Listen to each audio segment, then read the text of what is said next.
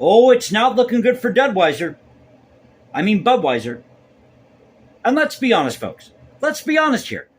Budweiser, Bud Light, they're the trail of trash of beer. They're the trail of trash of beer. Now, I'm not a beer drinker per se, but if I'm in the mood for a beer, it's either going to be a Bass Pale Ale or a Newcastle Brown Ale. And I've got some beer ratings for you.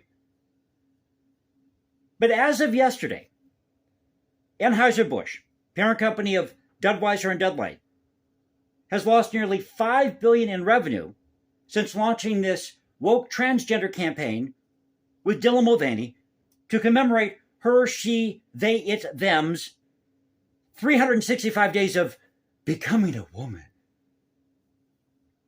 And as of Wednesday, according to the Dow Jones Marketing Group, Bud Light's parent company, Anheuser-Busch, is down 4.7%. And the stock fell by 1.5%, starting out at $66.73 a share, going down to $63.38 per share. Now, this is a real scrape. Country singer John Rich is out there pulling Budweiser and Bud Light from his bar in Nashville. And you've got Kid Rock on Twitter using these cans of Bud Light with Dylan Mulvaney's kisser on it as target practice with an AR-15. Now, according to Mulvaney, who's got either these clips or photos out there, have you seen these photos of Dylan Mulvaney looking like Audrey Hepburn?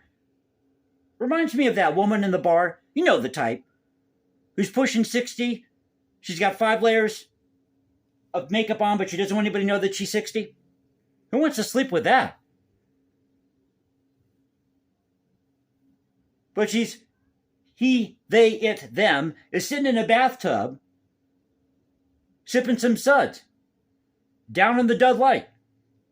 Now, according to Anheuser-Busch, quote, Anheuser-Busch works with hundreds of influencers across our brands as one of many ways to authentically connect with audiences across various demographics. From time to time, we produce unique commemorative cans for fans and for brand influencers like Dylan Mulvaney, he, she, they, it, them. This commemorative can was a gift to celebrate a personal milestone and is not meant for sale to the general public, a spokesperson told Fox News. And according to Beer Business Daily editor, this is at Fox, and publisher Harry Schumacher, he said, quote, this is probably the biggest controversy we've seen in a long time. There was a little bit of worry, especially in the South and the Midwest, because you know there's people in the South and Midwest. They're racist, sexist, homophobic, misogynist. And especially in rural areas where retailers were reporting their customers weren't happy with Dud Light, and some retailers themselves weren't happy with Dud Light or Budweiser. Now, here are some beer ratings for you, and this is at Taste This Not That. Great website. I'm probably Eat This Not That. That's the name of the website. Eat This Not That. There's so many websites out there. How can you keep up, right? But this is a great website. So according to their list, the number one beer in the country right now, so they really didn't do any international beers, except for maybe Stella Artois. Is that how you say it? Stella Artois? See, that's how you sell a beer. You put some type of French or Belgian name on it. You could sell Dog Dew with a French name to it or attached to it, and somebody would buy it.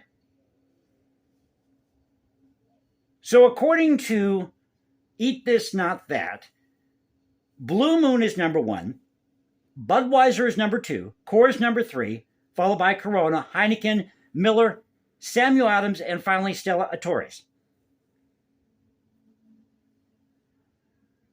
And according to Tasting Table, Bud Light ranks as number 30.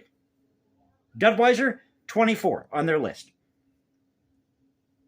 So I thought I'd come here and talk about this, seeing that it's a current cultural issue. But the old saying is true. Go woke, go broke. They still don't get it. People don't want to drink a beer and be preached at about politics or religion. They just want to go into a bar, have a beer, relax, and go home. Just like they want to go and see a movie to escape for a couple of hours, so they don't want to be preached at from the silver screen.